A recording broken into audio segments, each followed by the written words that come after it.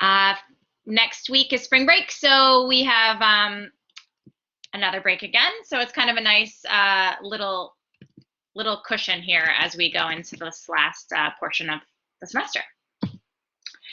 I just want to cover our remote guidelines, and also for Karen to be aware that you guys will use the raise your hand button if you want to speak, and I'll call on you in order. And make sure to type your immediate questions in the chat function. And please, please, please turn on your camera if you're going to speak so that we can have a nice, comfortable dialogue with you guys. And also unmute only when you're beginning to speak.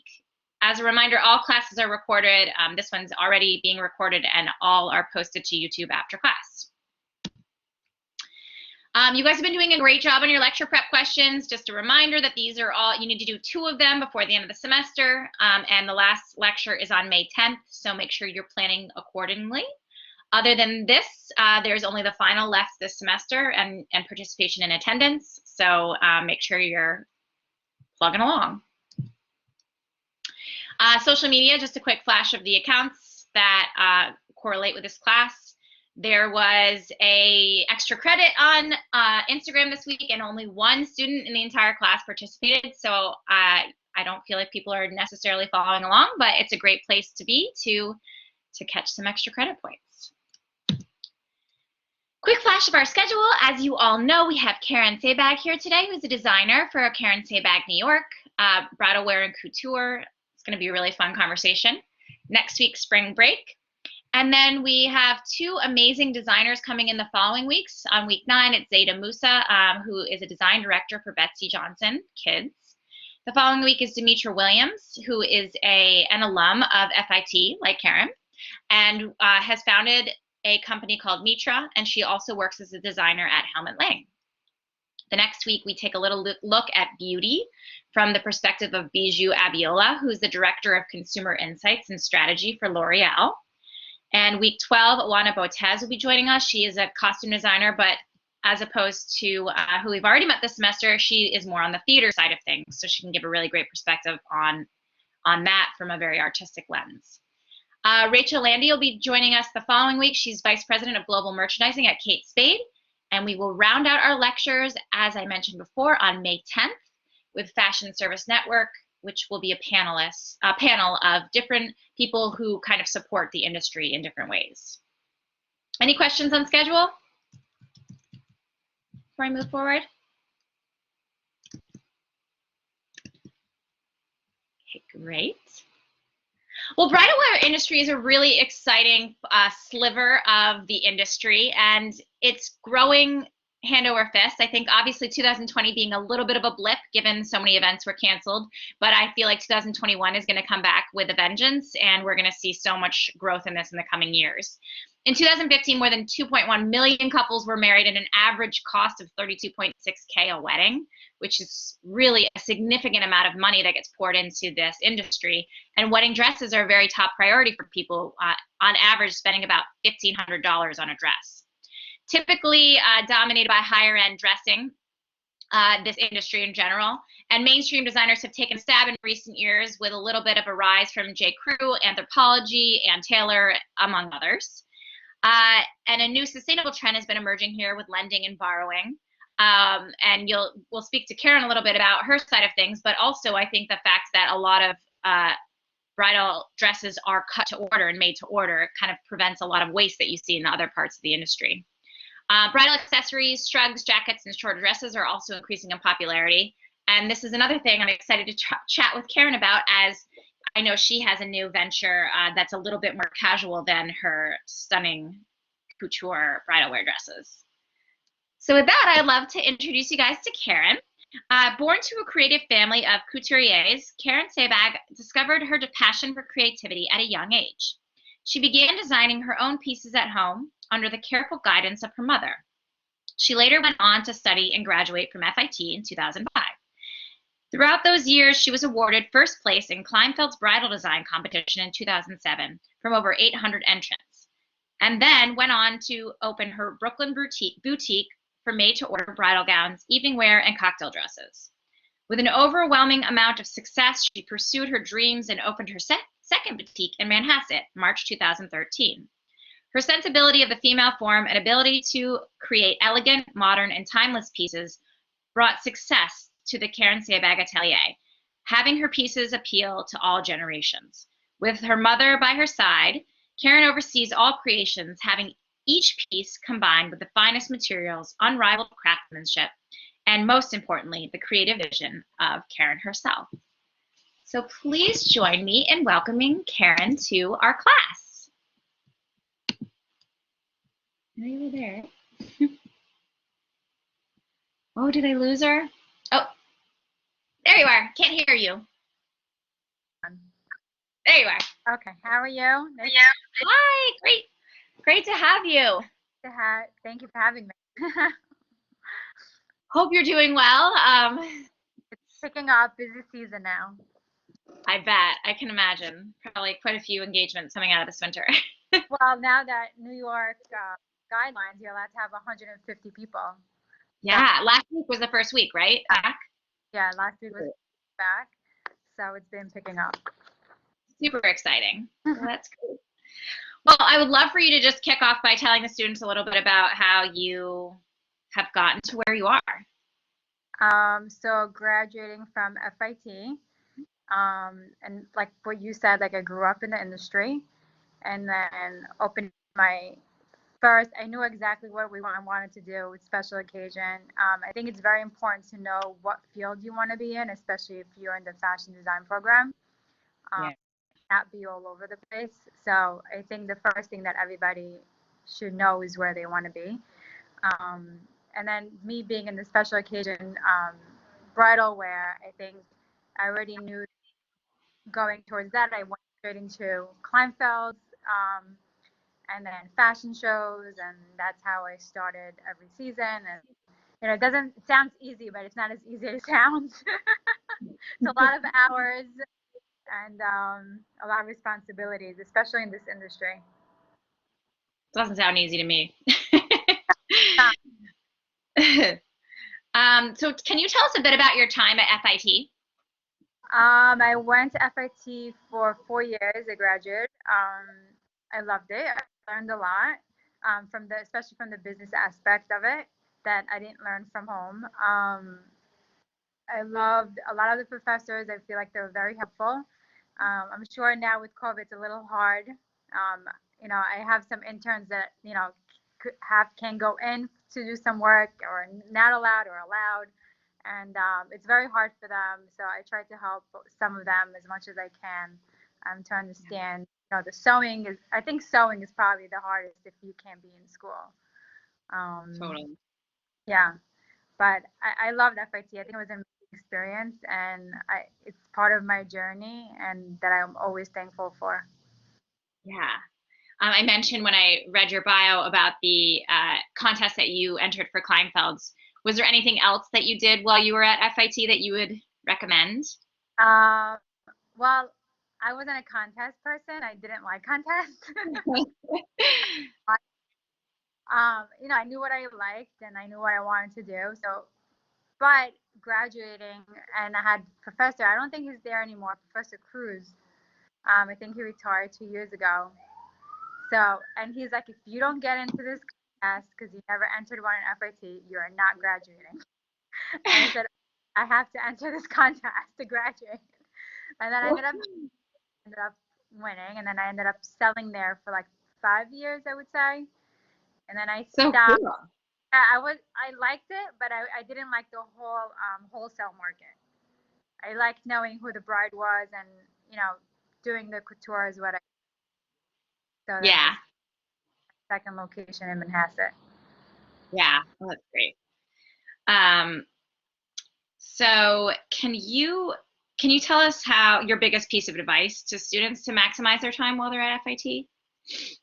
Again, I think knowing what you want to be in, like what specific area you want to design it, whether it's bridal wear or swimwear or ready to wear or knitwear. I think it's very important to know what field you want to be in because there's such different fields that different markets also different markets, different fields, different shows, fabrics. So I think it's very important to know where you want to go um, coming out of college and knowing where you want to start interning and, designing from there. Yeah. That's good advice. Now, you obviously growing up in the industry, do you want to tell them a little bit about what your mother did and how you Uh, became interested? we still work together. Like we're still one brand now. So So cool. I grew up knowing like couture. Like I grew up being pinned at and like being, sewn on and like that's what I grew up knowing. And I think seeing like I didn't like doing simple, if that makes sense. So like just pants or shirt to me was boring. So I think that's why I like the evening wear because you could go. There's a lot more detail and a lot more beading and beautiful fabrics, like luxury fabrics that I loved working with. And that's really a lot what inspires me is like fabrications from all over the world through all my collections. And I think um, growing up with beauty, I think made me want to be in it. And, since I graduated, we branched into one brand, me and my mom, and then it became Karen Sabag, New York. That's great. Um, do you have any friends who maybe didn't grow up in the industry but went to FIT with you? Like that they've passed along advice to you on how they got out there and got going? I know uh, that's been so when I graduated, I think it was a little bit hard to get jobs in the industry. Um, the market wasn't, depends where you want it to be. So one of my friends went into custom, like, but I want to say like she was doing all the Halloween costumes for like that's everything, and cool. trying up for a long time, and she still did it till about like 3 years ago, and that's the field she was in custom design, and she Yeah, loved it, like Broadway, and like and I always said to her, I'm like, if I do evening, that would be my next thing is costume design. that seemed like it'd be really fun. Yeah, it looks fun. The ballet clothes and all that, so it looks fun. Totally. Although it's so price sensitive, I feel like you'd probably be so like constricted, especially after what you do. Yeah, but that's why I said I would do it for like Broadway. I wouldn't go into Halloween I love it. That's great. on Broadway or in the movies. Yeah, that'd be really cool. Um, hmm how how did you get started? How did you find your first shop and kind of get off the ground? I think a lot was the help of my mom. That my shop in Brooklyn was hers, and Mhm. then that's where I interned when I was in FIT. I was interning in her office, and we just once I graduated and like I did Fashion Week, then we said, okay, this has to be like a Karen Sabag atelier. Let's turn it around. And we got the LCC, and it was like about 6 months to people know where their first store was. The production that we did, everything was in house.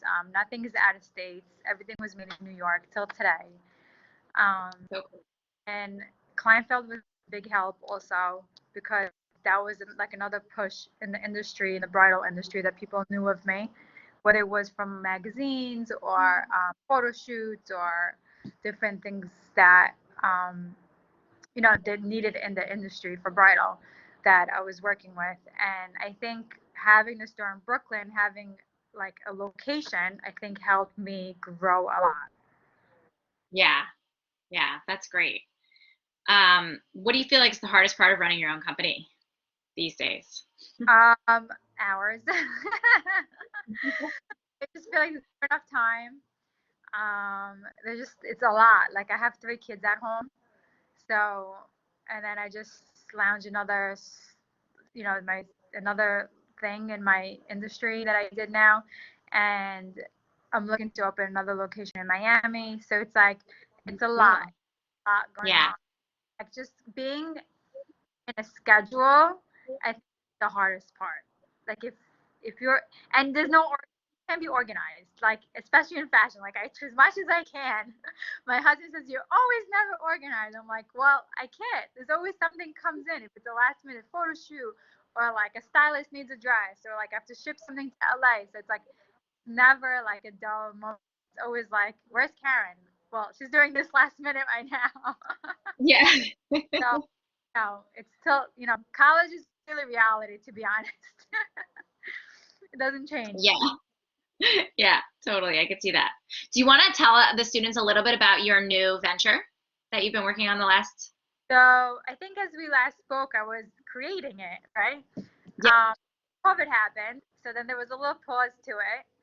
And what I'm doing is bridal wear couture swimsuit for like their honeymoon and their luxury honeymoon destination or honeymoon or like destination weddings that they do, and they do greeting. The bride greets the guest the night before rehearsal dinner.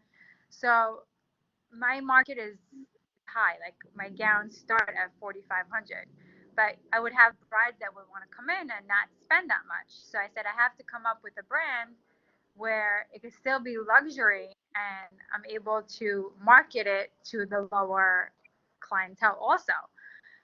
So Yeah. then I named the brand Revere, which means to dream in French, and we called it so for the brides to dream the perfect beginning, and whether it's from after they get married or before they get married, from cocktail dresses, rehearsal dinner, shower dresses, suits, um, little like lingerie for the honeymoon, luxury bridal swim. Up online now on my website, which I never had that, which is great to have, I think, especially now. Yeah. And Yeah. really like going like not just like clients in the US and what I would do private clientele. I want like it's everywhere now. Like I have some like in Australia and like Paris and Italy. Like you really want Cool. like I like you know having these gorgeous swim, and a lot of weddings are not big these days. They're small. So they'll have Right. 150 people destination wedding, and they want the dress before the dress to wear it for their like rehearsal dinner and like things like that. And it's been doing great, and I think it's been 2 months now since it's out. Wow.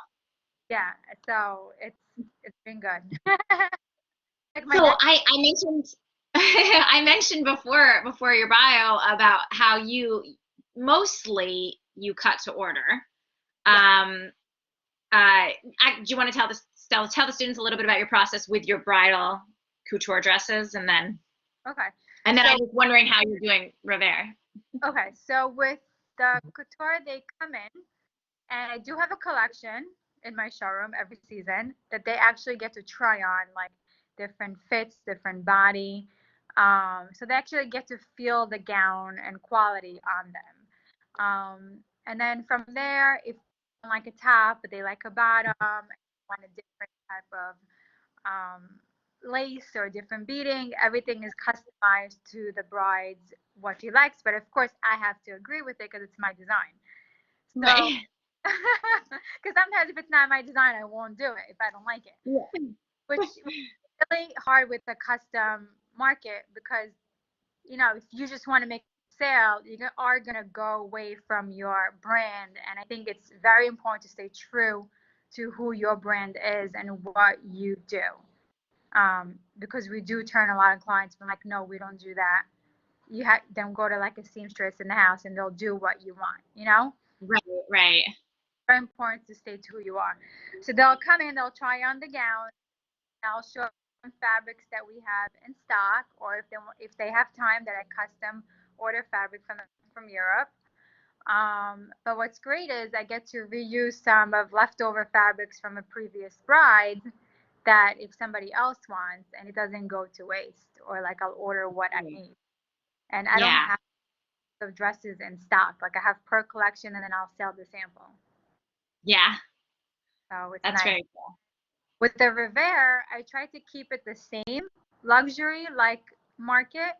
So yes, I want to sell it, but like I want to keep the quality the same. So I have three seamstresses that we kind of trained how we want the swim to be, like Oh wow.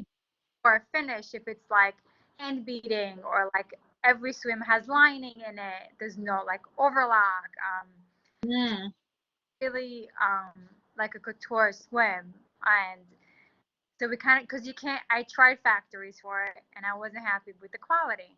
And I said, I don't want to lower my market like that. And if I do, then it would be either my Italy factory that I work with in Italy or my in-house work seamstresses.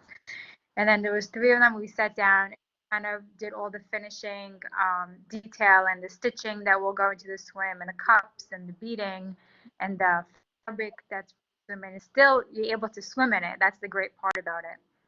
Yeah, that's awesome. And then the sizes we have like small, medium, or large. And then we do custom to our brides who are getting wedding gowns and they want to custom to them. Then we'll do a custom swim to them. Oh, And then wow.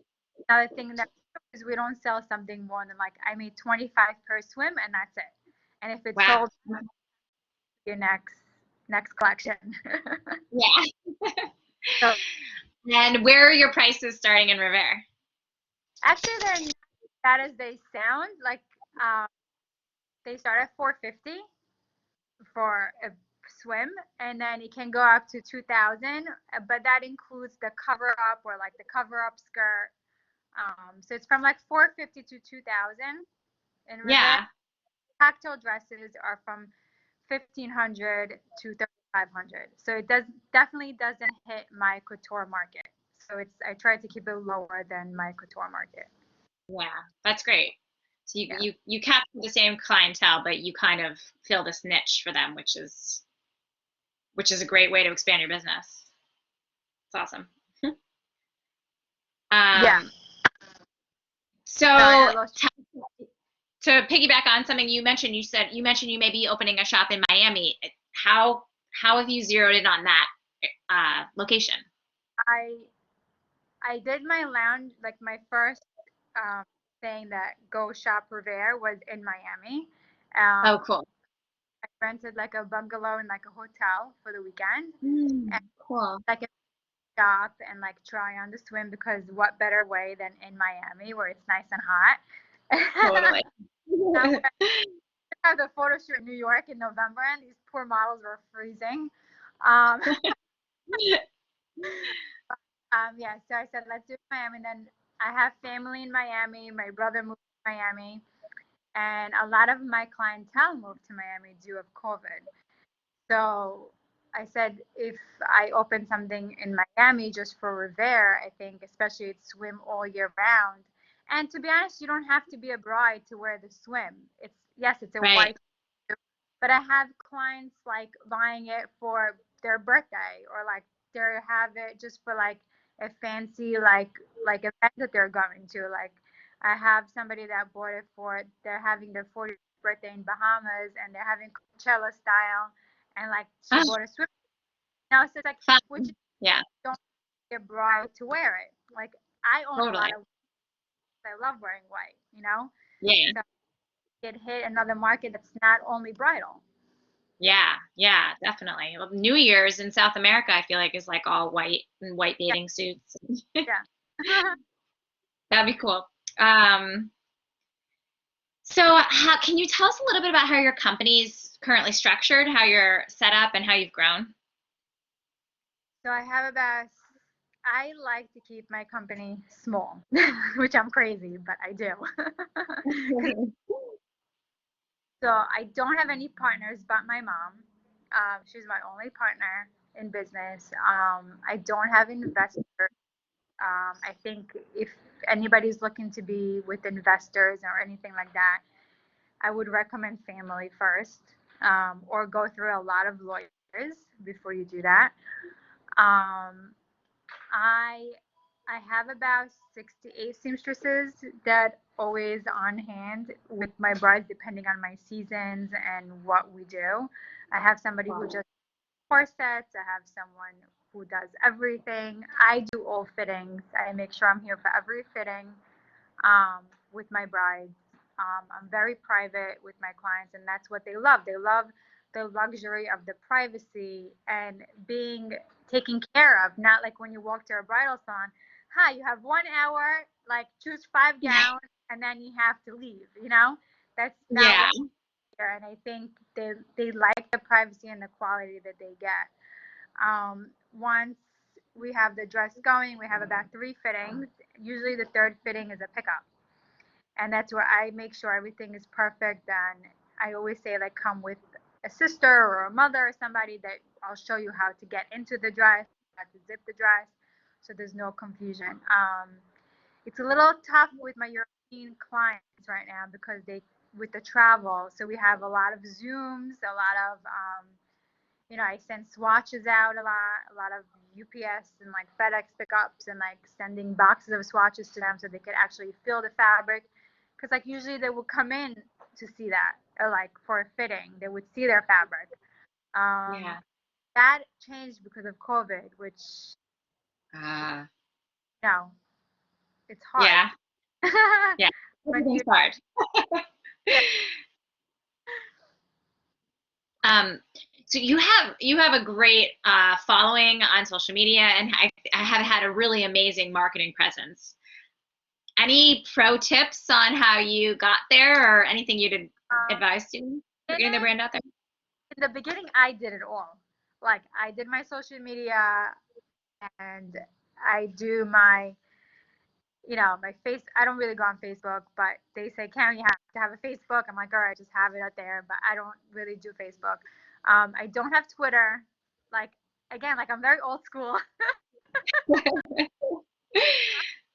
I don't, and I have all the interns that come in and they're like, you have to have Twitter. You have to have, I'm like, no, Instagram's enough. Like, I can't like catch up all your like social media. It's enough. So I have a girl that does my Instagrams. I do have a private page because she's like, stop posting your life on your business page. Like, don't post your kids on there. Go create your own. So I'm like, okay. So I created my own private Instagram, and then she does all my social media. Um, Well, if any clients that come in, then with behind the scenes, she takes pictures, and we don't post a lot of our clients because we try to keep it private. We post about like 10% of our clients now. But yeah, she does all that create. Of course, I approve it, but she does all the Instagram. that's great. That's very cool. And you've done some celebrity dressing as well. Yes. So that's another market besides bridal. Yeah. Yeah. And how'd you get into that? So graduating, I went into Fashion Week before I did Bridal Week. Yes, yes, I was doing bridal, but I wasn't so concentrated on bridal because everyone's dreams to dress the stars. Like whatever, I'll dress Yeah. the bride, I want to be on the red carpet,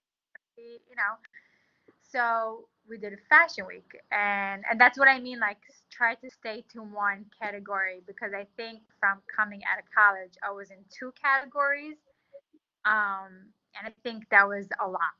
I was Yeah. doing bridal week and fashion week, and as a beginner, I think I think it was a lot for me. And then I ended Mhm. up fashion week, and I did just bridal week.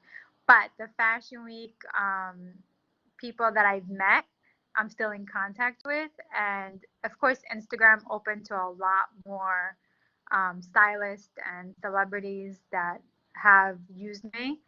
And we'll post this one, and this one will post this one. It's like kind of like a chain. And I feel like I don't Yeah. have a PR company, and I think my Instagram is my PR company.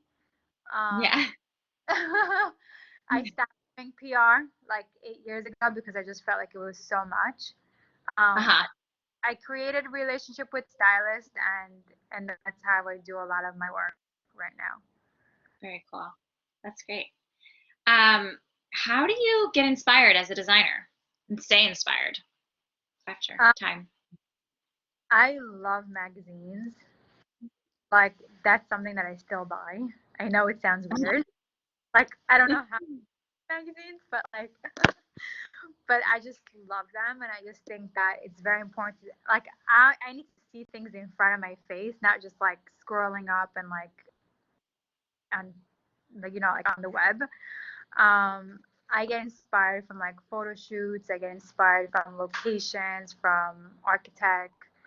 I have a lot of books, and I think that's really what inspires me a lot. And like especially beading and like fabric, and the most like the more intricate detail it is, I could make a whole collection from like one swatch. Like if I love Yeah. one fabric, I could create a whole collection from it.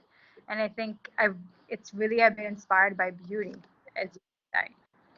Is like one of Yeah. my all around you, whether it's from dance or anything that's beauty in life, I think inspires me in my collections. Yeah. Well, so bridal wear is a little bit different in that it's sort of it. You don't have like set monthly deliveries the way like ready to wear would or something like that. How often do you kind of sit down to design a collection? Well, Or are you? there is Yes. fashion like bridal week, which I do. Um, Mhm.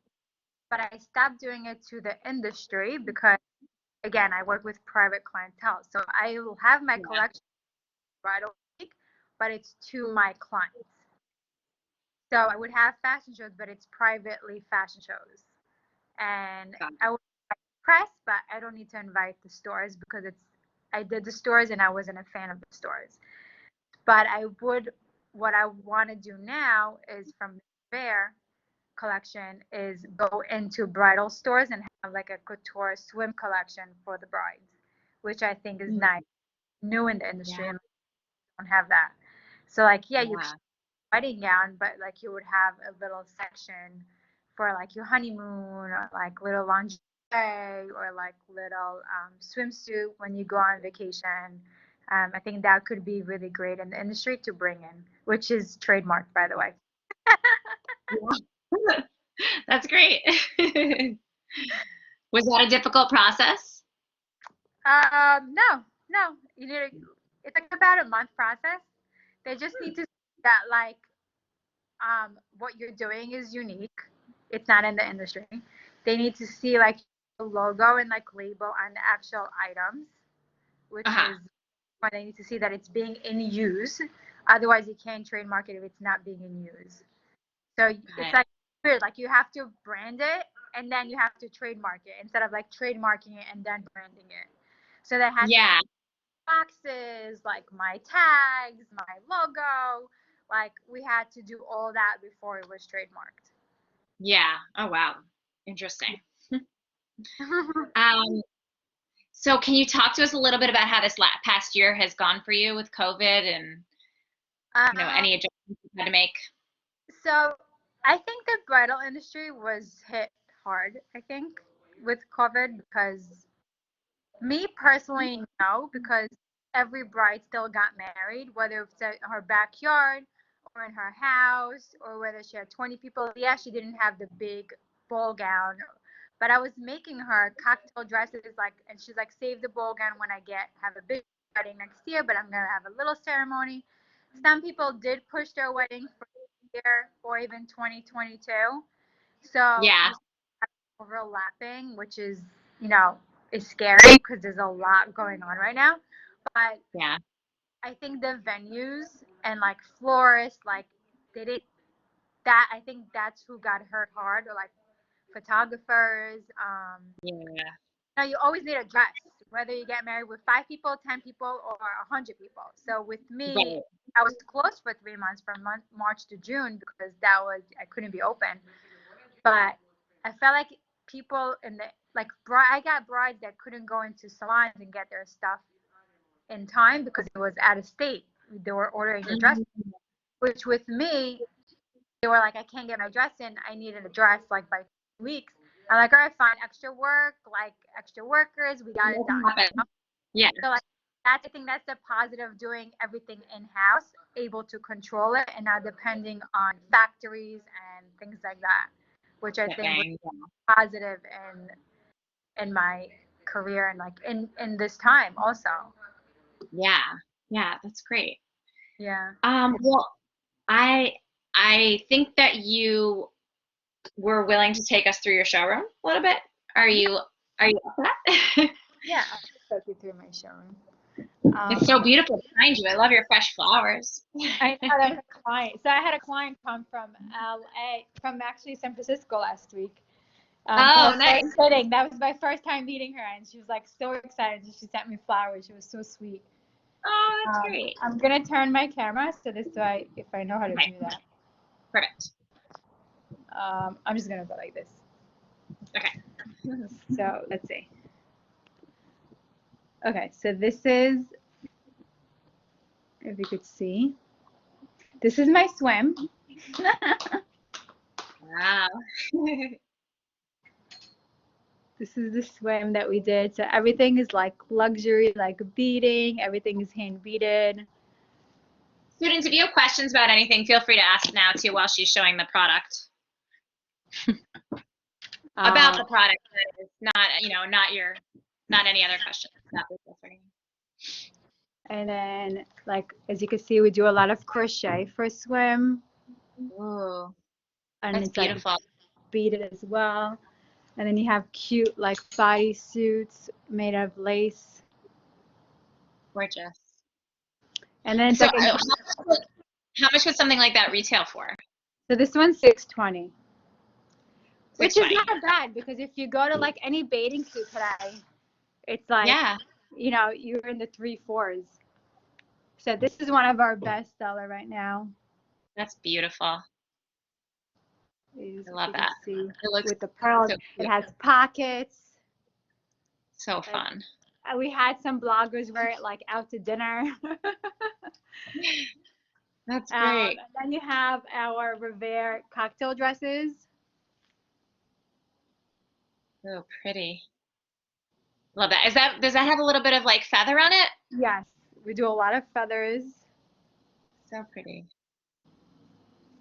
Do you Um, are feathers popular for you year round, or does it seem to be higher in the yeah, winter?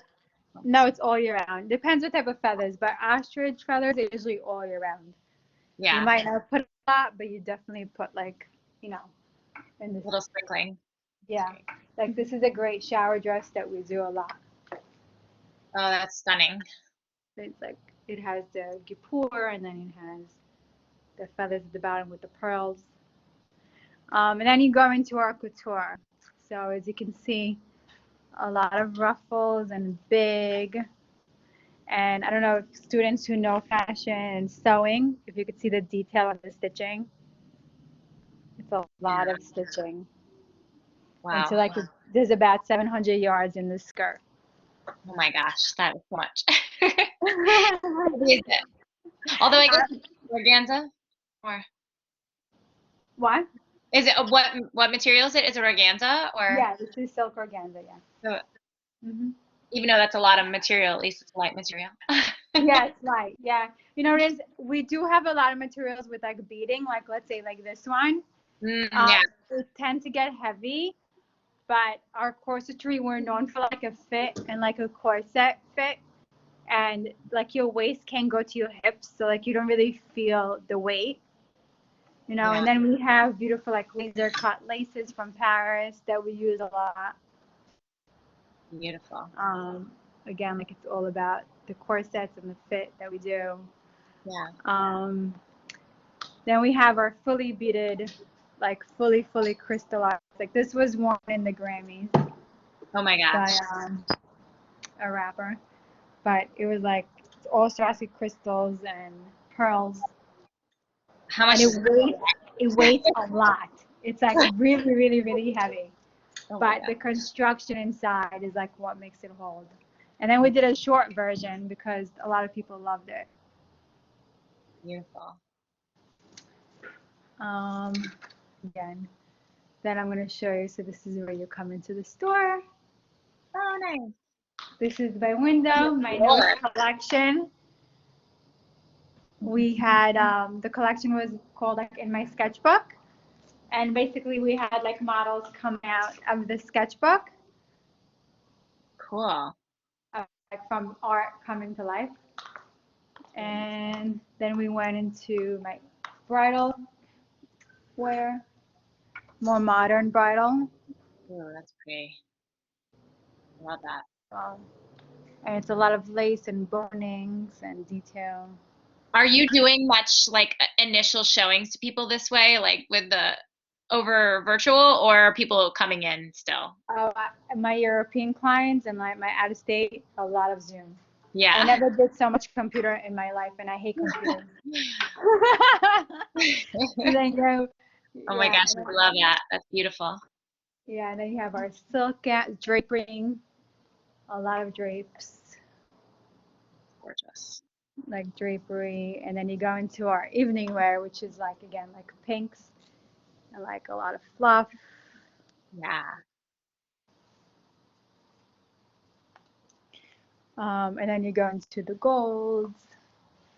So pretty. Um, Do most of your brides wear white, or do some of them actually choose color? no, we have blush. We do this type of blush. Yeah. A lot of brides like this blush, blush and Yeah. white, or they would have like a lot with the nude under, like this one. Yeah.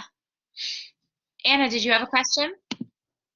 Yeah, are you finding that your brides and clients are kind of shifting to a more creative direction? Are you noticing that there's a lot more difference in your like silhouettes lately, or? It depends. Now, like I have like a lot of my brides that come here won't just wear a gown. Like then they could go to any store and buy it off the rack. Um, when they come here, they know they want to look special and unique. So they still have weddings, like big weddings, whether it's 150 people, they still want to look grand and beautiful. So whether it's a big gown or not, they still want the luxury in the detailing and they still want to look unique. It's the beach and destination weddings that we see that they want more of like a slim and like A-line, not as big in the fit. Um, I'm mostly known in the industry for ball gowns. My brides are more ball gowns, and I think from COVID, like the weddings are not as big, so they're going more towards like an A line, but they still want it like detailed and drama, but just not as big. Yeah. What would you say is like your style philosophy? Um, so I like my brides to look timeless. I think that's my biggest philosophy that I tell every bride. Like, you want to look at your pictures like 10, 20 years from now, and you still want to look at your pictures and be like, oh my God, I love my dress. Um, Yeah. looking timeless, elegant, chic. Not, I don't like when brides look too fashionable because a bride shouldn't look fashionable. Like, your evening wear should look fashionable, or like your shower dress, or, but not your wedding gown. I think it should look timeless. Yeah. No, I got married 10 years ago and I had my 10-year anniversary photo shoot and I had a wedding coat and I wore my wedding coat for the photo shoot. And like, I still love my gown. That's awesome. I think being timeless and looking at your dress so many years from now and still loving it, I think it's very important. It's not like, oh, what was I thinking with these puff sleeves in the 80s and now it's not anymore, you know? Totally. So Yeah. puff sleeves came back. I do a lot of puff sleeves. That's true. That's never everything old is new again, right? Yeah, a lot of my friends love the puff sleeves today. Yeah.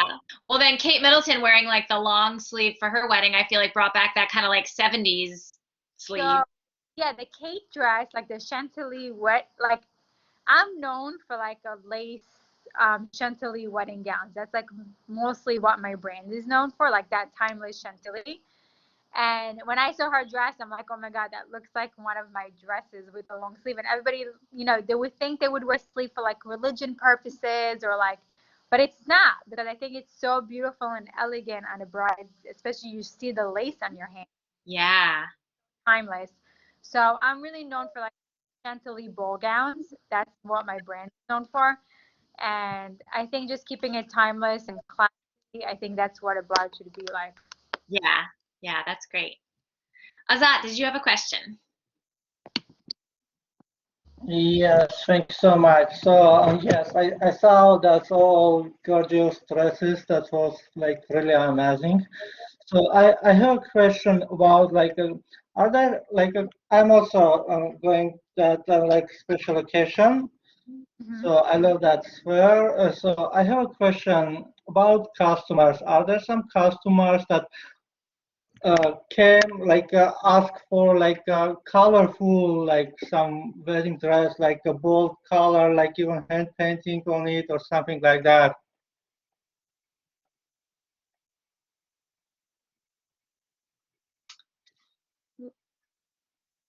I can hear. I'm sorry. I think you cut out a little bit, Karen. We can't hear you. I don't. Can you hear us?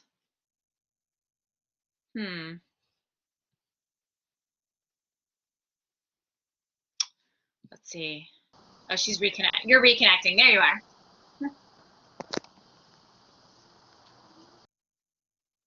Yep. Back out again. Let's give her a moment. Back. There you are. I think you're back again. Am I back? Yes. Okay, but I can't hear you. Oh, what happened? You can't hear me now? No. No. We can hear you if you want to talk. Maybe. Can you hear me now? Students, can you hear me? Yes. Okay. I can hear you. I think it's Karen's connection.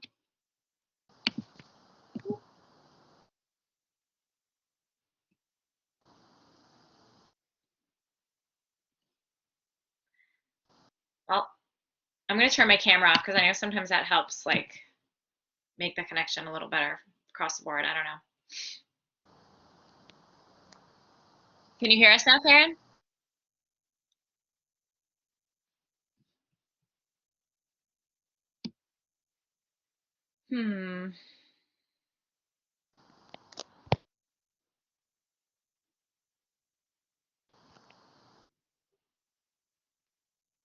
I think she's joining from another account, so hopefully it'll just be a second.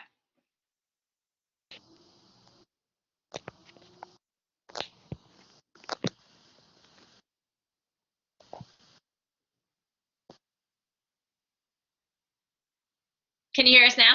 Now I can hear you. Okay, great. We hear you too. Perfect. Oh, yeah. Sorry, I logged out and I logged back in because something happened. I don't know what happened. Yeah. Okay. Awesome. So sorry. What was the question? I heard something about customers. Yes, yes. Are there some cars? I know all the girls like dreaming about white wedding dress.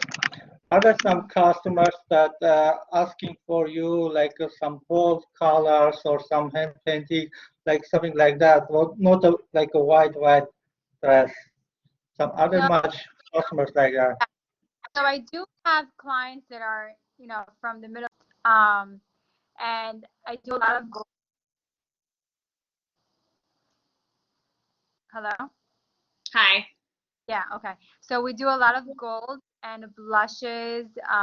We do some mint green wedding gowns, but mostly white, but a lot of ivory. We don't do white. That's not a lot of our clients. We do more like a cream peach. That's a lot of clients that like the peach and the creams. That sounds pretty. Thanks so much. Yeah. Ariana, did you have a question? And like gold. Yeah. So that's colors that bright. You're cutting in and out a little bit. Can you hear us okay? Karen, can you hear us okay? I'm thinking her connection's spotty because I see there's a red bar for her name.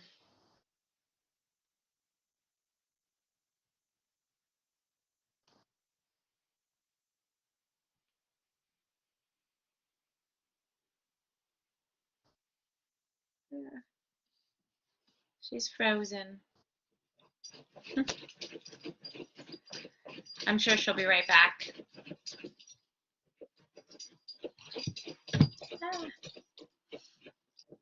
Should we put it in the chat that maybe she needs to rejoin, or? Yeah, I bet you. Yeah. I'll chat her on the side.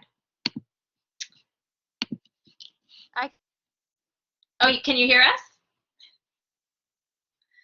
No. You're a little frozen for, or it's cutting in and out.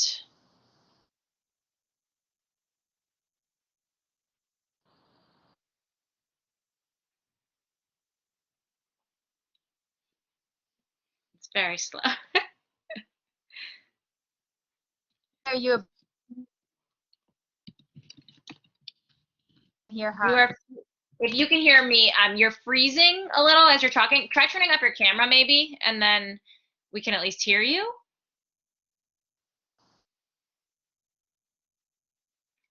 You guys, we did a pretty good job. I think, what are we on, week 8? And this is the first time we've had some major technical issues. Yeah, I would say so. I hear a lot more in fall. Pro tip also, I don't know if anyone else has told you guys this, but I've discovered that if I shut down my computer right before class, I always have a lot better connection for whatever reason. Feel free to try that out on your own. Okay, so maybe she...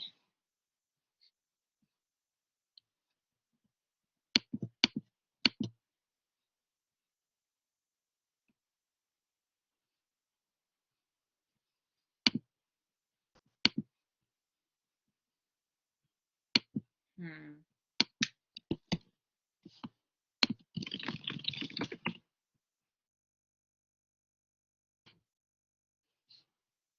Okay, I think we officially lost her, so hopefully she'll be back in a second. Let me take this time so that we're not wasting it to discuss with you guys. Oops, where's my PowerPoint? Why is it not showing up?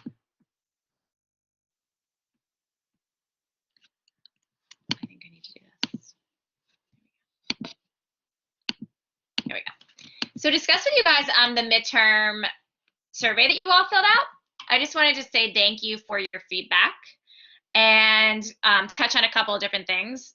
So first of all, I really, really appreciate all of you who did fill out the survey, just because it's a great touch point halfway through the semester to see where we're connecting, where we're hitting up with each other, and where there's confusion or callouts. And it's always really helpful to kind of forge ahead for the rest of the semester. So thank you, thank you.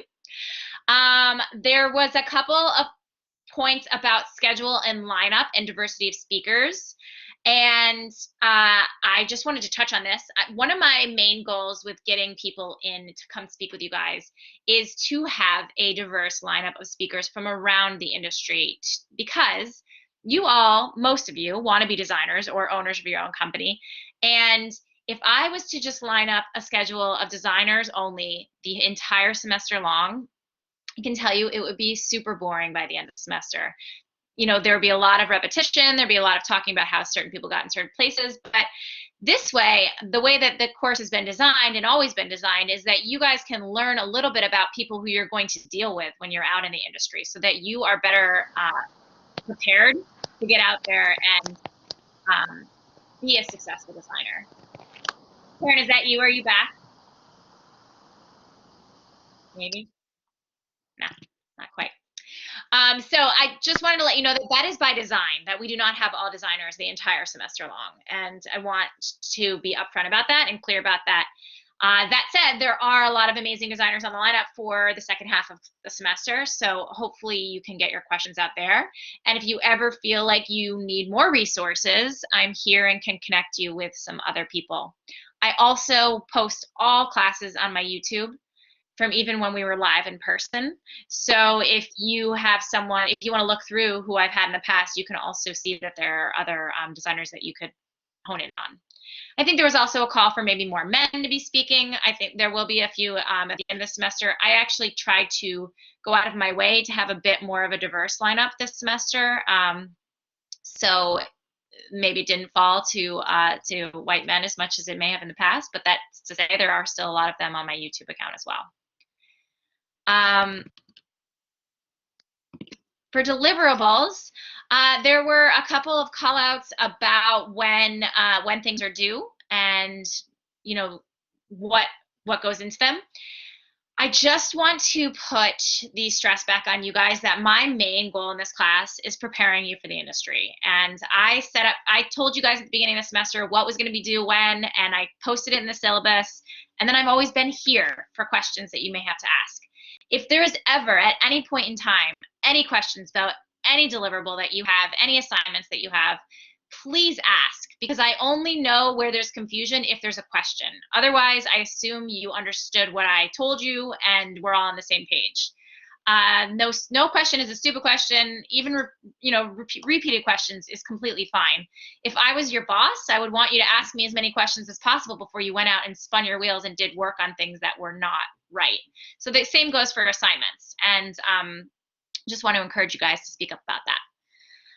Another call out is on recordings. I just want to make sure it's very, very clear that every class is recorded. And so if you ever want to go back and look at them, they are live on my YouTube, as well as these PowerPoints getting posted to the Blackboard site, so that if you want to go back and look at them, you can.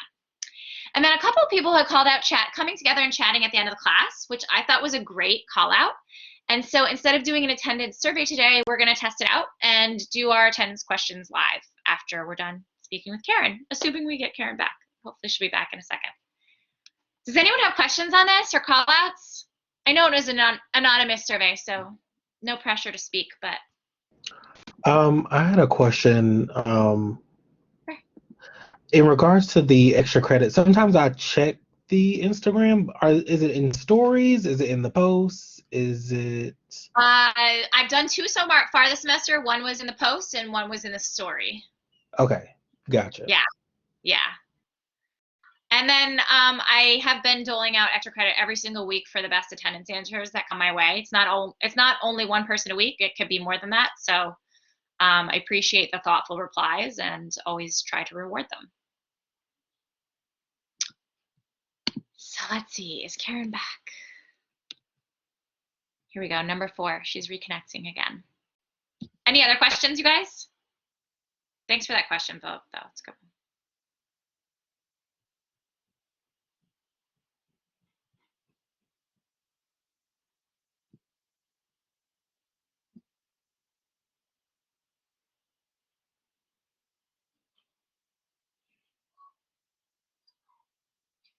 Karen, are you back? Can you hear us?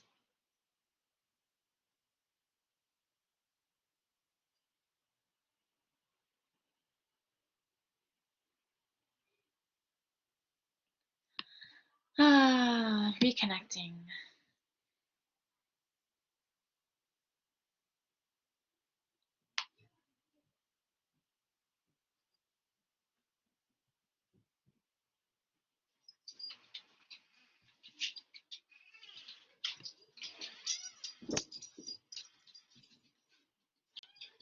Okay.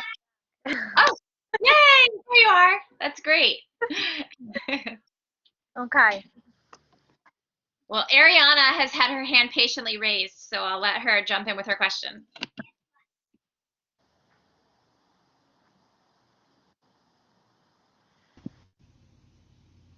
Hi, I'm also interested in going into evening wear, so I wanted to ask if you ever feel like there are limitations as a designer when you're specifically in bridal wear, or is it like an arena where you feel you can be even more creative? I think in evening wear and bridal wear is where you can most be creative. Mm-hmm. And that's why I like going into this field, because the bigger, the more detail, it's just very, and, the evening wear, there's no end to creativity. It's really your imagination that you get to put in art and then to reality, which what I love. I just think there's no end to creativity when it comes to evening wear and bridal. Even though in my bridal collection, I try to keep it, like I said, like timeless, but I still have creativity in each bride. Today has her own unique, specialized dress. 80% of the time, I repeat a design that I did in my gowns. Awesome, yeah. Did that cut out a little bit for you? Or? It did at the end, but I understood like that you feel that, there's no end to creativity in bridal wear. And I was looking at your Instagram, I saw things I never imagined would be wedding gowns, and I definitely agree with that. So, yeah.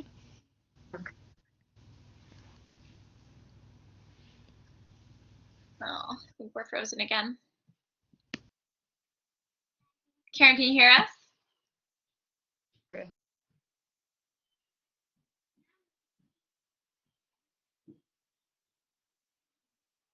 Maybe. If she can hear me, thank you for answering my question. Thanks for the question. I think I've got a red X for her name now, so hopefully she's reconnecting.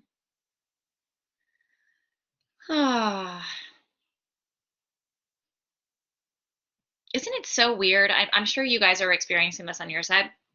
How some days you just have bad connections and some days you have fine connections, and there seems to be no rhyme or reason.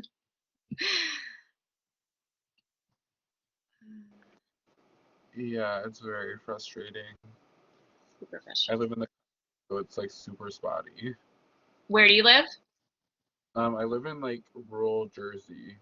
Oh, yeah. Yeah, anything. Karen, we hear you now. Can you hear us? Heard you for a second at least. Can you hear us? Thumbs up? No.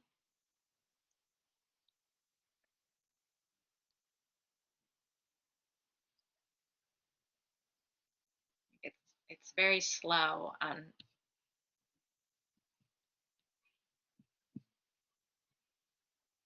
Karen, can you hear us? Yeah. There's a suggestion from a student I that think maybe. evening and bridal, I think it's a beautiful industry. There we go. I'm gonna maybe she can see that. PM, thanks for the tip. I don't know if she has the number to dial in though. Let me see. Oh, number 5.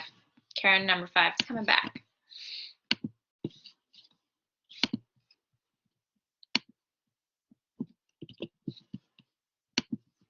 I'm gonna shoot her an email. I think I'm back. Hi. I just took a different computer. Let's see if this one's better. This is good. And I have like double internet here. So weird. Well, we were just, I'm sure you couldn't hear us, but we were just saying there never seems to be any rhyme or reason to it. Like some days you just have bad internet and there's no reason why. So Yeah. I'm gonna shoot you an email right now because there's a dial-in option that might work better if you get kicked out again. Okay. That might just be easier. Okay. It's just sending that your way. I think I am. Okay, so I will pass it along to someone else's question. Allison, you had your hand up next.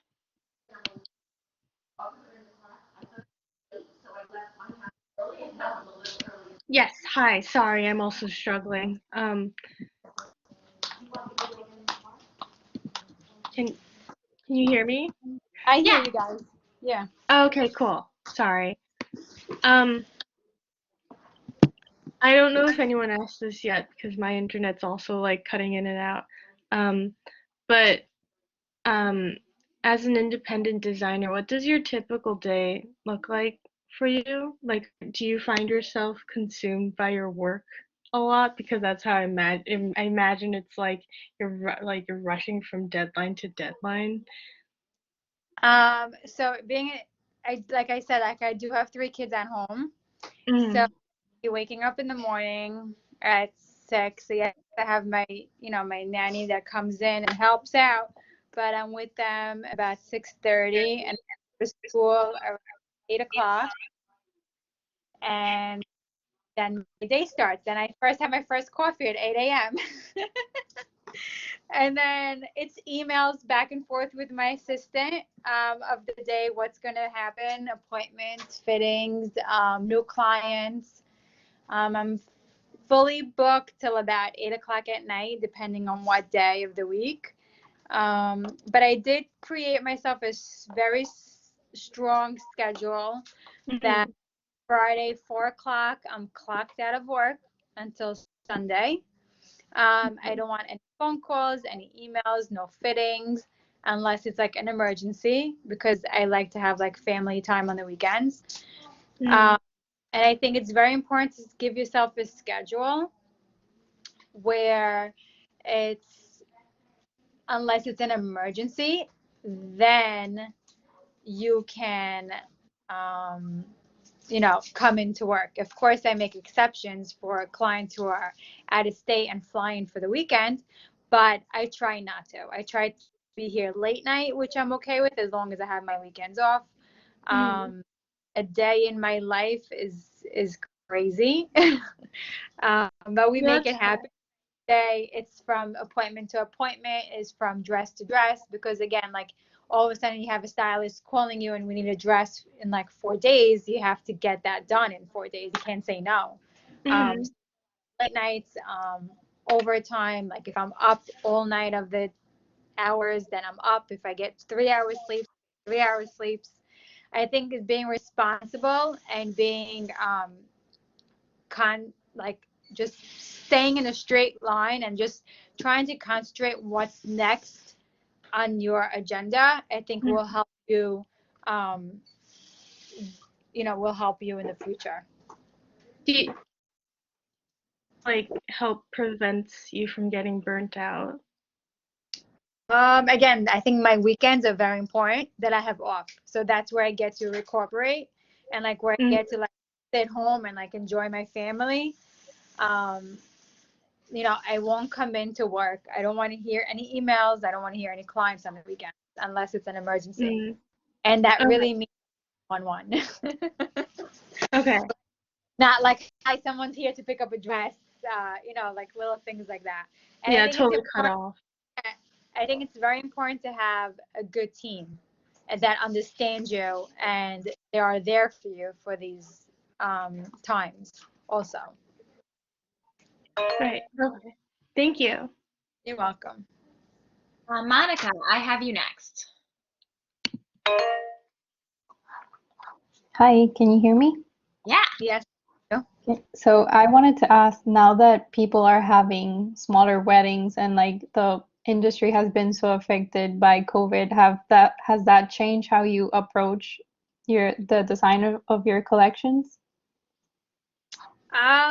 No, because again, like I'll have my couture wear, and then I have my clients who want smaller, if having smaller weddings, I design to the client, it's custom made.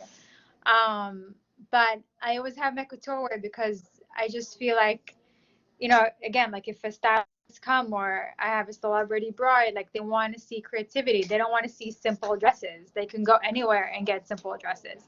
So I'm pretty true to my designs and to my brand. And I think it's the most important. I keep repeating myself, I know, but I think it's very important to stay to who you are and not kind of like fold the lines to where the industry or people want you to be. And that's what I'm known for. I'm known for high end, one of a kind, unique gowns in the industry.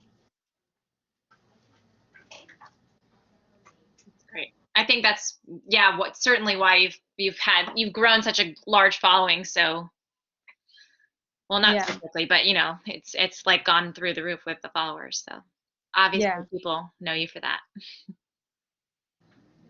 Anything Yeah. else? I don't know. Any other? She may have frozen too, Monica. I don't know. I hear you perfectly. Thank Okay. you. Thanks. Haley, I see you next. Hi. So, you started a boutique for made-to-order gowns, and that is something that I'm really interested in doing. So, what is your advice for someone who hopes to do something like that but is new to it and just starting out? Okay, so I think you need to look for a location.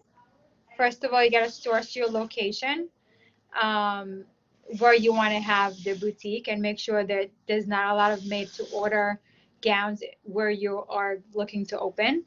I would say Instagram is a great start. And even if you take a few free clients, I know I hate saying it, but like, hi, I'll make you this dress. Can you post? I'll make you this dress. Like, Instagram is such an open platform these days that you know, you could really go from 0 to nothing to like really, really high also. And I think if you reach out to the right people and saying, I'm willing to make your free wedding gown, would can you post me, and first build a clientele before you open a location, because it's a lot of expense. So I definitely think you should build a clientele, at least like somewhat of a clientele, whether you work in your basement or you work in your mom's house. Set a nice studio, post about it, make it look pretty, creative, and then go from there, and not just go to run to open a location. Thank you. That's my, you're welcome. Great advice. Jack, you're up next.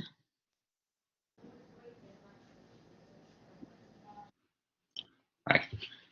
So is there any times that you ever feel like completely overwhelmed by a project that you're working on, or like super stressed out by like a deadline? And if so, do you like, how do you prefer to deal with it yourself?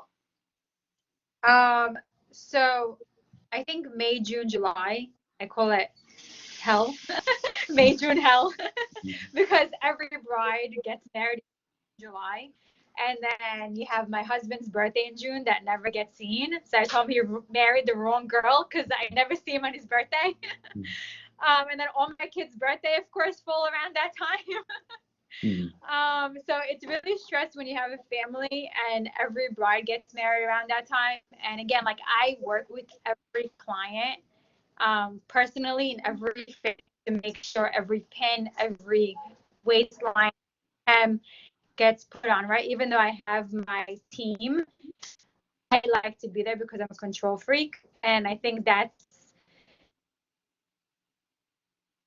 just me in the industry. And that's what makes it, my brand, I think, so unique, that the designer is actually there for every fitting and not trust everyone else in the team.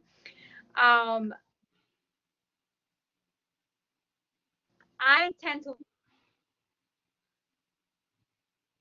vacations, make sure when it comes,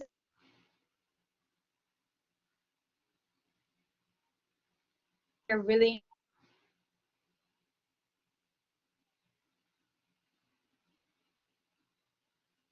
relaxed.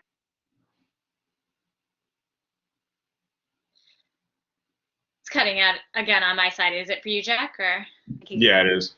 But I'm getting like the important, like little important snippets that, you know. A little tip.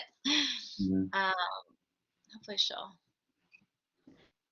unfreeze.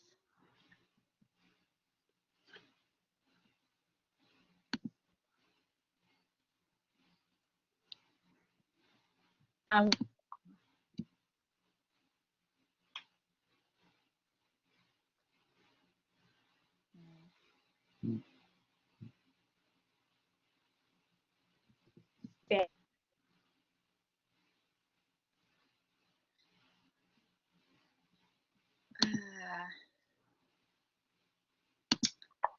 know.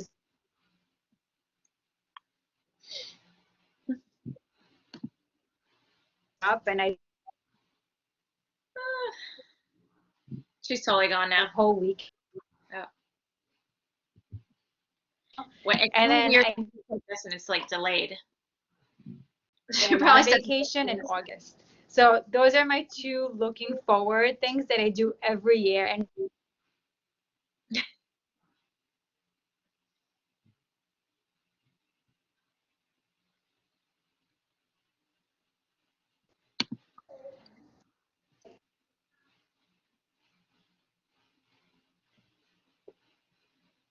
So if it's just says she has no connection, I don't know if she's trying to get back in under another account. I see one other hand up. Does anyone else have questions that they intend to ask? If so, put your hand up just so we can kind of cruise through while we have her connected, and then we'll be good. Karen, are you back?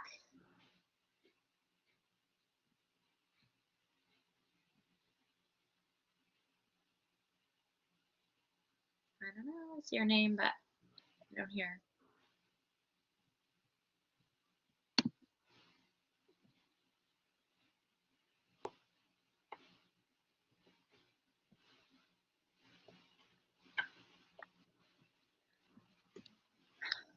Well, let's just give her one more minute, and then I'm gonna say, oh, I see another account she's trying to join from. I would say too, if you guys have a question and you're feeling frustrated by this experience, we can try to put you in direct contact over email so that you can make sure you really get your question answered. I see you're on, but I don't see the camera. There, I hear you. I'm back. Sorry, I don't Hi. know what's going on with the internet. I'm in my back Okay. now, so let's hope this works better. Okay, cool. Well, if we lose you again, would it be okay if I just, the questions that are remaining, if I have them reach out to you over email, would that be okay? Oh, please do. I'm sorry, about Okay. this connection, but they could email me anytime, and I'll make sure I'll answer all questions by tomorrow. Awesome. Thank you. I know, don't feel bad. This happens. It's not anyone's anyone's fault when they have a bad connection. Yeah. Did you want to ask anything else, or did you feel like you got your question answered? Did we lose Jack? Now we lost Jack. Now Karen's back. Yeah. Wait. Oh, there we go. No, I don't have any more questions. I hope I answered the question. Yeah, you did. All right. It's important to take a good vacation, if that makes sense. All right, good, because I am taking one after the semester's over. Exactly. So you know what that is. Important. Yeah, it's important. William. Yes, thanks for joining us. So I know you mentioned that you like working with the client one-on-one and getting to know them, but besides that, what's your favorite part of the design process? So my favorite part of the design process is not repeating my gowns over and over. When I used to sell to client gowns, and I think what I hated most is making the gown again and again and again. And I was like, and I know people would be happy to get other orders. And I'm like, get the same dress. I don't want to drip. And even though I had the pattern for it, it just felt like a cookie cutter. And redoing thing over.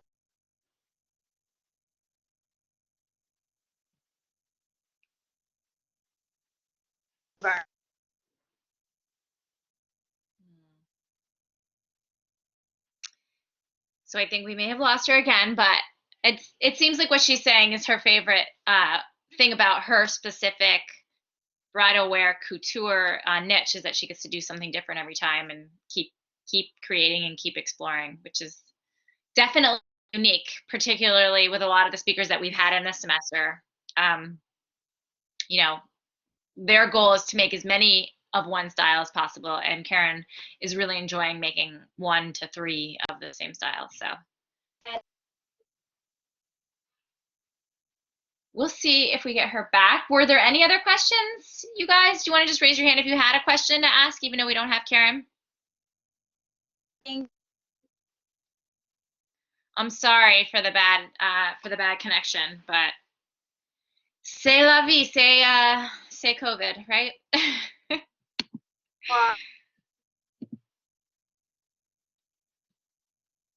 It looks like she's reconnecting, but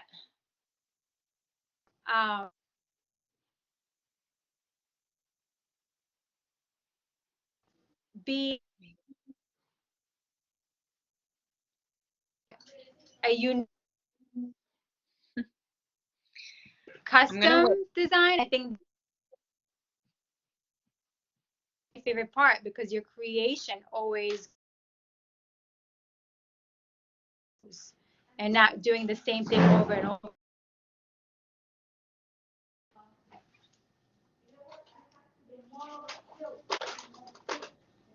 Did we lose again? I think we have. Well, you were in and out, and then it was like a something that you said a while ago. You know, it was like paused and then unpaused. So, I don't know if you can hear us, Karen, but thank you for being here. We really, really appreciated the insight and getting to see your showroom. And we wish you the best of luck as you enter your crazy season. So students, she may be back. We'll see. We'll see if she comes back to us. But in the meantime, I wanted to open it up to you guys. So as I said, I would like to try to do this class a little bit differently. We won't do this every week, but you know, this week it will work. Let's answer this question live. So as our final attendance question, discussing in person, what is the most interesting thing you learned today, and what do you want to learn more about in couture design, if anything? I'm just going to throw this question in the chat so that you guys can remember it. We don't have to stay on that screen. Any volunteers to go first?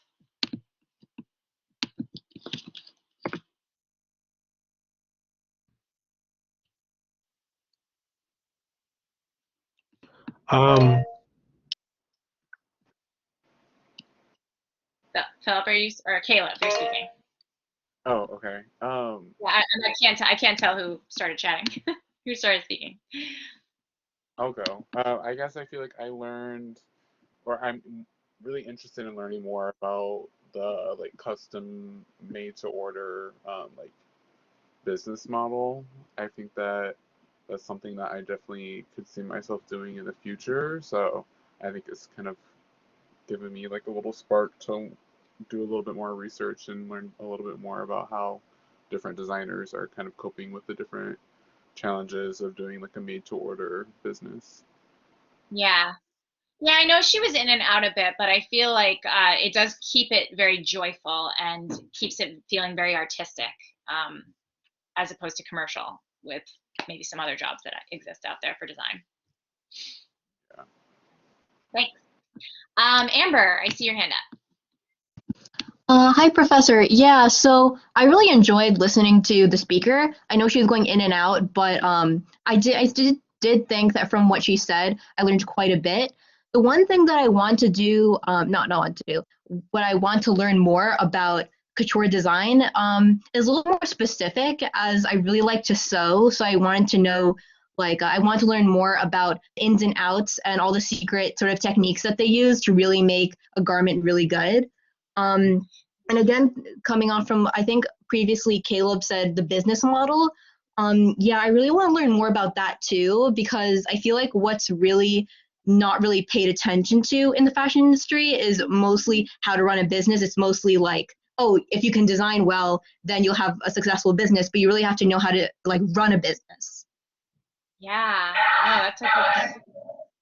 And I think that's actually something that we can touch on with some of the other speakers as well, that especially people who maybe have more of a business mindset.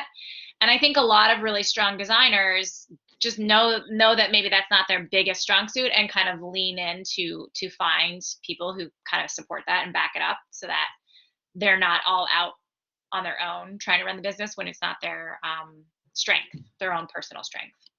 At least I've heard that from a few people. Thanks. Philip.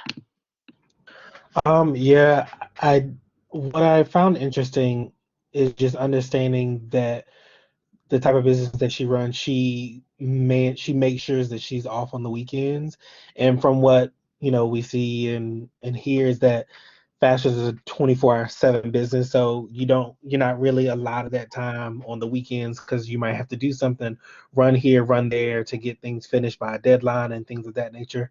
But it's just interesting to see that even in this busy time, she still makes time to, you know, cater to her mental health, spend time with her family, things of that nature. Yeah. And then what I would love to learn more about couture design is really piggybacking off of what Amber and Caleb have said, is just really learning more of the ins and outs and understanding the good techniques to become a successful couture designer, because looking at her designs, they're very intricate, and they take a lot of time and really kind of how to be successful as that. Yeah. And I feel like finding an internship where you can really study someone along those lines would be something that'd be super helpful. Obviously, it's harder these days getting in person to do that, but I mean, she mentioned that she has interns. I know that she usually has 3 or 4 a semester. So, a person where you could just kind of shadow for a couple days, couple weeks would be probably a good way to start too. But thank you. Azat. Yes, thank you. So one more important point I get from this interview, that's uh, there's some point when you need someone to share your business to get more powerful, and how she said it's better to share with family members. Otherwise, you will go to a lot of paperwork and to find some, like, if you want to share with others, sponsors or somebody, you will need a lot of lawyers and a lot of paperwork. So that's important. Yeah, Yeah. important point. Thank Yeah. you. I feel like that is a point I've heard from a lot of speakers over the years, is just be careful who you get into business with when you're starting out. Yeah, right. I mean, even if you watch a few Shark Tanks, you can feel that way, right? Thanks. Haley. So I wanted to learn more about the made to order also, because like I said, that's something I really want to do in the future. And I thought it was very interesting and smart how she incorporated the swimwear part as well into her brand. I really love that. Yeah, I know, it's so different. You really don't see that out there. Very interesting. Who's next?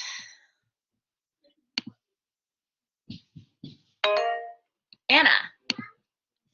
Yeah, I would definitely say the most interesting thing from today with her doing couture is just how many different, it would be interesting to see all the different orders that she had that have a lot more color incorporated, because obviously I feel like America's industry for wedding is always cream, ivory, that kind of thing.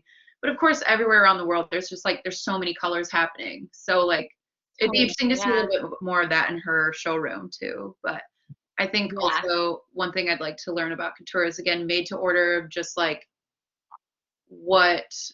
how many hours are going into all of those dresses that have those feathers in them and all of those beads, and who's spending that time, because those were, I mean, they were gorgeous, but it was just wow, they're just hanging around in her showroom right now. But yeah. So much detail. I know, totally.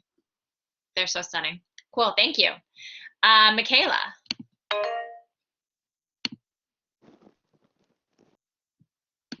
Hi, I'm sorry.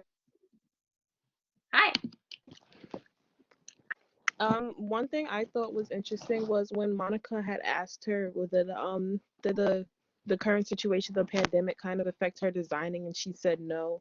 Because I thought it would. I thought maybe, if people were still having weddings during this time, they'd be a lot smaller. And would a lesser crowd mean, you'd be willing to dial it down for your dress if less people are going to see it. So I was pretty surprised when she said no. I guess it just really depends on the person, like she said. Well, and it's also sort of interesting if you think about it. If the average bridal gown is $1,500, which, by the way, is still quite a bit of money, and hers are starting at $4,500, you can imagine that her clientele is probably, quite high on the list. So even if they're going to have a dialed down wedding, they're probably going to still spend outrageous amounts of money on the whole wedding. So it's probably, she was a little bit recession proofed or COVID proofed because she had such a high end customer. Thank you. William. Yeah, so I thought one thing that I would want to learn more about is how you can really tailor your design to the client specifically, especially when she mentioned clients in Europe and in the Middle East, how you can take into consideration cultural differences in the design and still keep it on brand. And then something I would also want to learn more about is kind of piggybacking off of what Amber said. I would like to just shadow the seamstresses and learn a lot more about how you manipulate maybe even the same textile differently depending on its end use in the garment, or and especially I'm interested in a lot of hand sewing as well. Yeah, yeah. Day in the life of a seamstress be pretty interesting. Thank you. Who's up next? Me, I would agree with Evan. Like, I feel like designing specifically to a person's interests and their culture is very interesting. So I feel like for designers, it gives them better like range and it helps them expand like their creative visions. So that's something I would be interested in. Great, thank you. Who's next?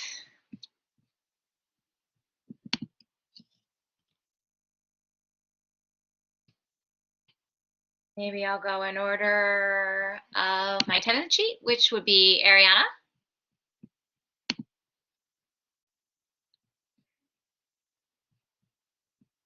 Who actually is having connection problems.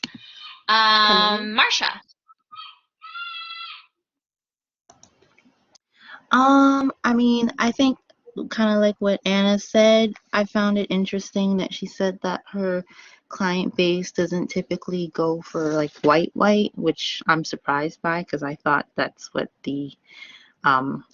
everyone wanted, but I guess it's a different time seeing that people want something that's a little bit more, what's the word? Like a little bit more, I guess just like a more, I don't know the word, the contemporary is the word? Not classic, whatever the opposite of not classic is. Yeah. But I think I would like to be able to learn more about, because I find bridal to be something, to me, is something like really classic, and the way that they're able to modernize a wedding dress without, I mean, the way that they're able to modernize a wedding dress and still have it look like a wedding dress, but be more, have more of a contemporary look. I think that's something that I would like to work on more, because I have a habit of just taking older ideas and not really reinventing them as much. And the way that she's able to, make something that's so modern, I just want to know, like, what is her thought process when she designs something, as far as like finding elements that she can use from today and using something from, like something that's like more traditional and turning it into something basically like bridal. I think is really interesting. That I want to learn more how to do. Yeah. Hello? Which is kind of cool. Oh, I couldn't hear now anything. I feel like you guys are having trouble hearing me, but yeah. I said, she says she goes out of her way to be timeless, which I do think she does a really great job with, but I also feel like it looks really fresh and new and like not like what you said, which is really cool. So thank you, Marsha. Matthias. I found like the most interesting thing is to view her store. It's very nice and clean, and you see like the dresses on the side and how they kind of like render it. Yeah, it's nice. Yeah, it kind of makes you crave going to a store. Right. Thank you. The next person I have on my list is Andrew.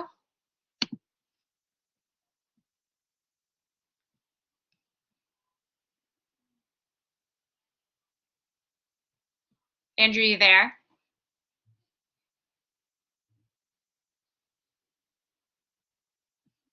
Okay. Jennifer? Hi, can you hear me? Professor? Yeah. Oh, okay. Wasn't I sure can if hear you could you. hear me. I'll turn my camera off for a second because maybe my connection will. Something that I found that was really But I can hear you. interesting was how she was able to find ways to stay true to herself. Like she would tell customers, or in a sense, turn customers away when they would go too far away from what her aesthetic or her design line and hopes for her design were. Yeah. I totally appreciate that about her. I feel like she's really true to herself, which is hard to do in this industry. It's hard to stay true to yourself the whole way through. So it's very cool. Kathleen Deering, I have you next. Hi. I didn't know that there was like a market for bridal swim or like swimwear for your wedding.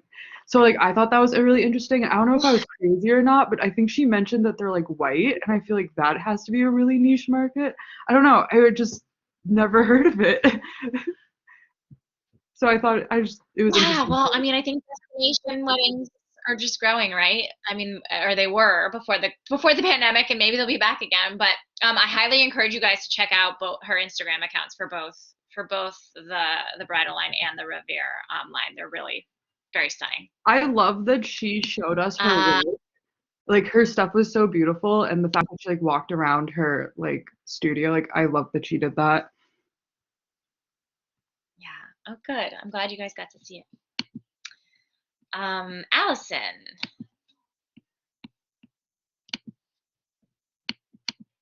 Hi, can you hear me? Mhm. I feel like everyone pretty much covered what I want. Like I really like sewing the way Amber said. So like I would like to know what like small techniques they use to make things like more individualistic, like beading or embroidery or like maybe even painting it. Like I want to know like what makes it look professional rather than like homemade, you know what I mean?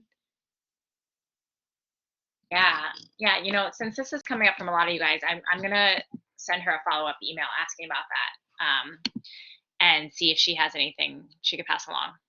It's great. Thank you. No problem.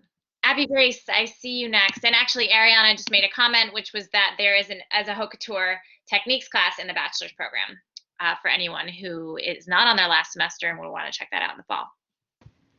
Hi. I thought it was interesting how she said the swimsuit was like $600 something, and I want to learn more about like how to price your designs and like how she finds clientele that are willing to pay that much for a swimsuit.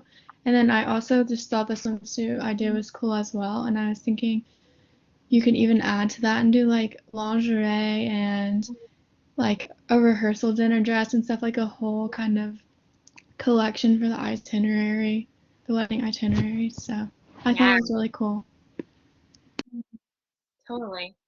Typically with pricing, you have a certain amount of money that you want to make as a percentage. So if you know how much your item is going to make to cost you to make rather, then you would use that to back into what you'd retail it for. I have to imagine she's operating somewhat similarly, even though she's very specialized and it's, you know, very few pieces that she makes. But a typical markup for something that's in-house like this would be like 80% markup. So your cost would be about 20% of that, and then you'd kind of roll up to where you want your retail to be. Okay. So obviously you could see the detail when she's showing the bathing suit, and it obviously is a very expensive bathing suit comparative to what you usually see on the beach. Thank you. Caleb, did you have something to add? No problem.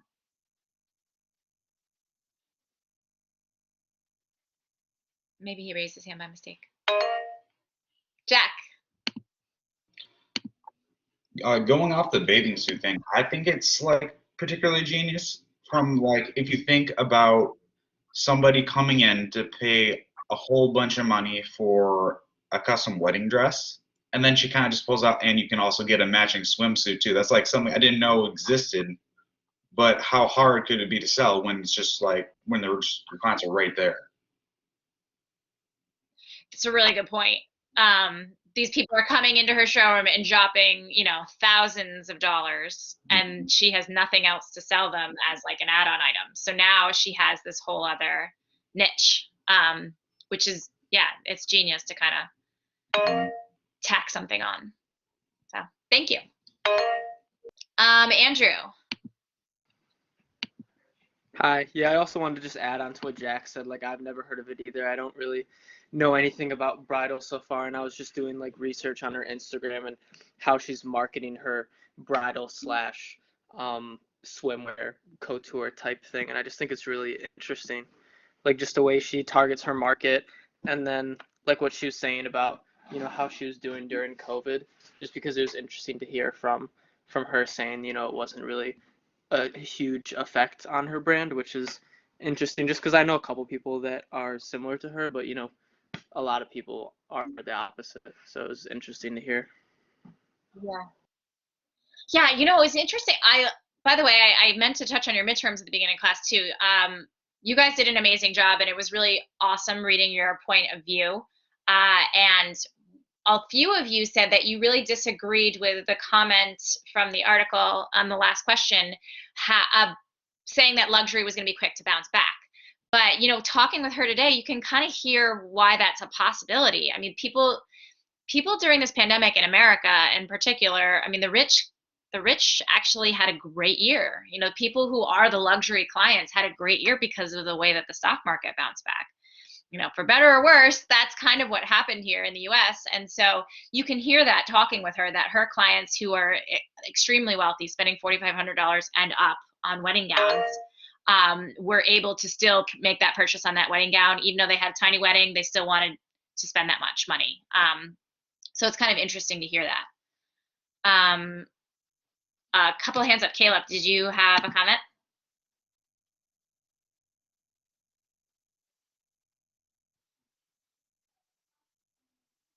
Can't hear you, although I see your microphone is on.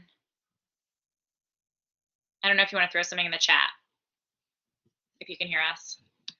Philip, did you have something to say? Yes, I was just gonna say, working because I work in Lux Retail, and Yeah. over the course of like from the beginning of quarantine up until even now, I think what made a difference because I had a client, she honestly she did not stop shopping. Like I was consistently helping her the entire time. And I really think it just depends on the position of the person. Because there's a lot of old money that, a lot of them moved either to their houses in the Hamptons or they went down south. And so for them, with with Florida not really closing, a lot of them went to Florida. So their buys were swimwear. They were looking for evening and going out because a lot of the restaurants and things were open. So that's especially in the beginning, that's where a lot of that money was going. But now that things are opening back up, I've seen a large influx of shopping, especially in the luxe and retail market. Although the style of buy is different. Like I don't think anyone's really looking for a lot of um,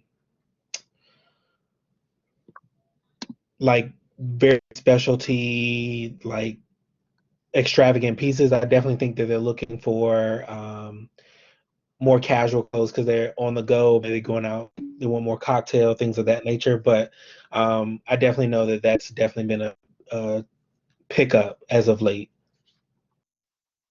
Yeah, yeah. That's great. Thank you. Thanks for sharing your insight from where you work.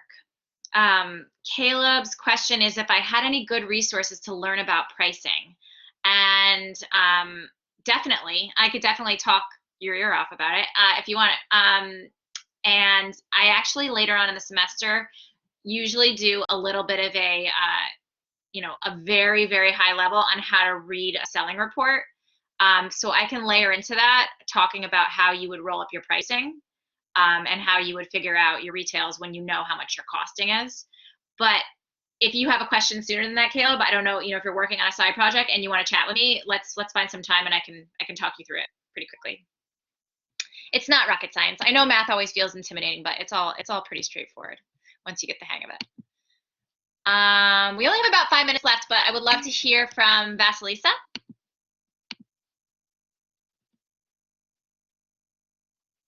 Yes, I'm here, Professor. So the most important insight from this lesson for me was that anytime we see something beautiful that made by seamstress, by designer, we almost never think that it costs a lot of time, a lot of power and pressure. And when the person tell that actually, yes, I sleep 3 hours a day, and yes, I have sleepless night, and even though she has a helpers, she still puts a lot of her personal power into her business, and that's where it is for me it is pretty inspiring because I see that uh, a person is completely um, on it and put all the power and abilities to maintain this business and to keep it going. That was the inside of the lesson, and what I would like to learn about is how to actually set up the whole entire process of the uh, production if you're a small business, because it seems understandable and easy, but there are a lot of details that are actually um, kind of quite um, far away from understanding for me, like Yeah. how yeah, how many workers you need to hire, like how many employees you need, and how to kind of have the sense how much um,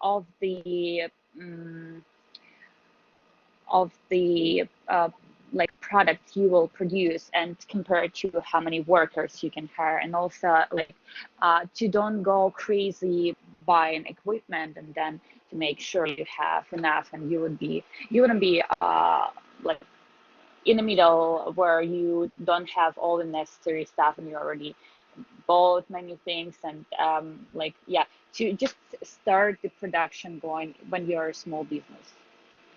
Yeah, yeah. I think that's really valid. And in a couple weeks we will have in another designer who is a little bit is trying to gear a little bit more commercially.